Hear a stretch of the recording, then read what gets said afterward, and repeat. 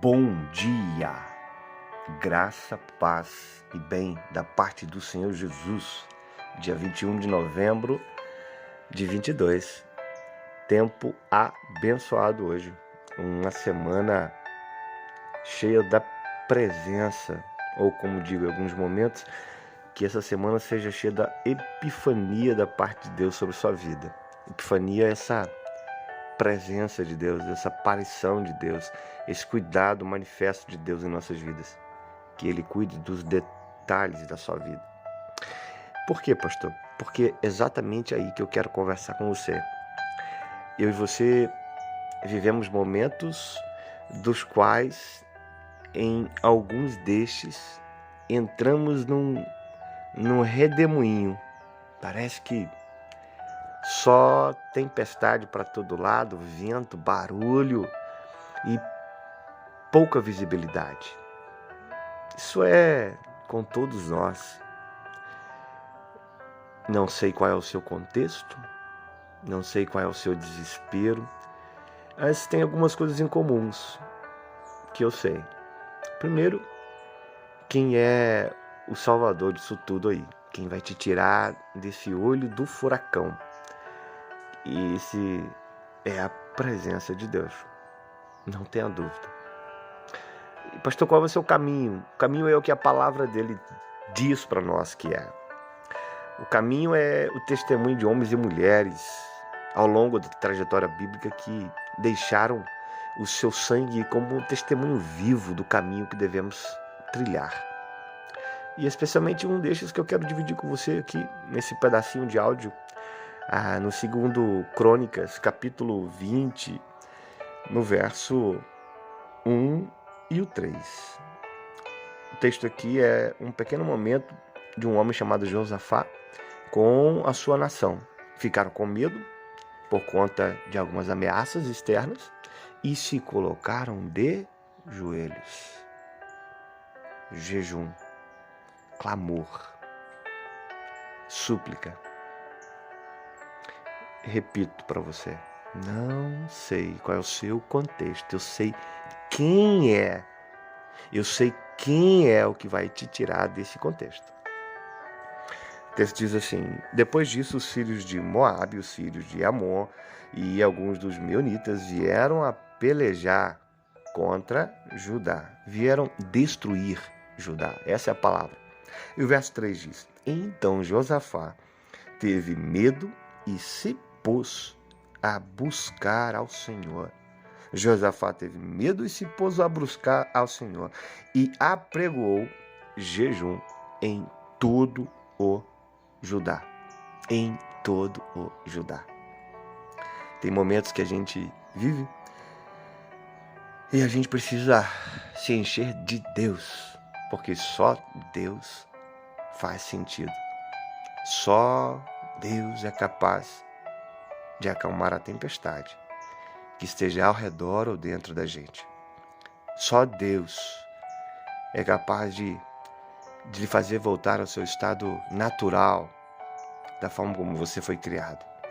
Alguém que instintivamente tem prazer em ouvir a voz de Deus. Não a voz do barulho, do medo, da ansiedade, do desespero, a voz da dor, da enfermidade. Não essas vozes. A voz de Jesus de Nazaré, a voz da presença de Deus. Esse texto mostra para nós que sentir medo é um tanto quanto normal.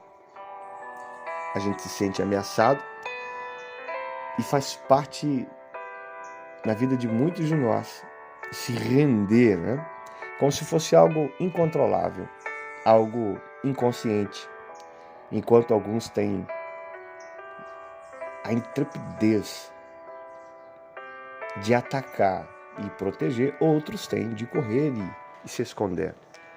Nada mal, faz parte. Ontem, depois de um velório, eu estava voltando para casa depois do culto, e aí antes de deitar, estava vendo um videozinho, esses vídeos que a gente assiste, né, de histórias, e eu vi um ataque de urso a uma família no interior dos Estados Unidos, uma região bem fria. E a mãe e os filhos correram para dentro de casa quando viram o urso na varanda. E o pai, que é ali o chefe daquela família, ele não correu, ele foi na direção do urso. E quando ele viu o urso, muito maior do que ele gritou com tanta força, né, para tentar fazer medo no urso, e que o urso acreditou que ele realmente tinha algum tipo de poder, né? E foi muito engraçado o vídeo. Engraçado para mim, que estava num lugar seguro, mas muito necessário para aquele homem que estava lá, no meio do perigo. Enfim, esse vídeo me traz coisas ao coração. O nosso Deus, ele é aquele que nos afugenta debaixo das suas asas e ele ataca o mal, ele resolve, ele é aquele que nos protege. A verdade, o salmista já nos dizia, né? Ele é o nosso socorro bem presente na hora da angústia, né? Quando a gente entra em desespero, ele é a resposta. Então, não importa. A minha palavra para você é: tenha coragem em confiar em Deus. Se esvazie do medo, se esvazie da dor, se esvazie do desespero, e se encha de Deus, se encha da presença de Deus. A Bíblia nos ensina que medo não é um sentimento. A Bíblia nos ensina que medo pode ser assemelhado a uma ausência de fé, uma presença do maligno. Medo pode ser comparado ao quê? Uma incredulidade. Por que ter medo? Se o nosso Pai, nosso Deus, é o Criador de tudo o que existe. A gente vive circunstâncias que em alguns momentos nos provocam desespero, preocupação, ansiedade, medo, né?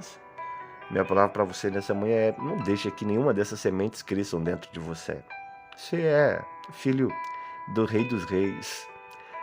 Se um pai, cuidando da sua família, consegue se esforçar para protegê-la, você imagina quem criou a sua vida, o que não faz por você.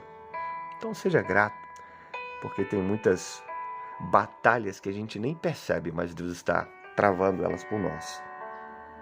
O texto que a gente leu mostra a vida do rei Josafá, servindo Deus diante de um grande perigo, e conduz todo o seu povo a buscar absurdamente a presença de Deus. Minha pergunta, para fechar com ela: você tem agido dessa forma? Na hora do desespero, do medo, da ansiedade, na hora do vento, na hora que fica escuro, na hora que fica em silêncio. Você tem buscado a Deus? Ele realmente é a sua força motriz? Ele que realmente te move? Minha palavra para você é: não permitir que o medo de alguma forma cegue seu coração. Não deixe ele fazer você perder a visão. Você é livre, livre em Cristo. Só Cristo nos faz livre. Alguns podem ser prisioneiros da ansiedade, prisioneiros da depressão, prisioneiros do ontem, do amanhã, e não livres hoje. Então, seja livre hoje. Se encha de Deus, se encha da presença dele. Deus é contigo. Eu vou repetir: Deus é contigo. Se encha dele, usufrua da presença dele. Não agora, aqui só, não ontem, numa celebração abençoada, não. Sinta Deus em todos os momentos da sua vida. Ele está ao teu lado. Ora comigo. Pai, obrigado mais uma vez. Manhã cuidadosa da parte do Senhor sobre nossas vidas. O Senhor segue sendo o alicerce, a estrutura das nossas vidas. O Senhor segue sendo o nosso Senhor, o nosso Salvador, o nosso Pai, o nosso amigo, aquele que é o nosso socorro bem presente na hora da angústia, aquele que tem prazer de descer na viração do dia para conversar com seus filhos. O Senhor continua sendo aquele que é santo, mas também amigo ao ponto de me conhecer pelo meu nome. O Senhor continua sendo aquele que criou tudo que os meus olhos podem ver e que não podem ver. Mas ao mesmo tempo também foi o mesmo que nos ensinou a humildade ao ponto de se tornar como tua criatura. Se vestiu de carne e sangue no corpo de um bebê. Veio para nos ensinar o que é a vida. Então, se tem, Senhor, uma palavra que eu quero render ao Senhor nessa manhã, é gratidão. E convidar essa pessoa que me está orando para também ser grata.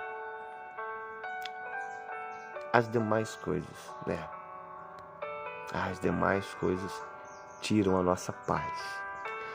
As demais coisas nos prostram, nos quebram ao meio.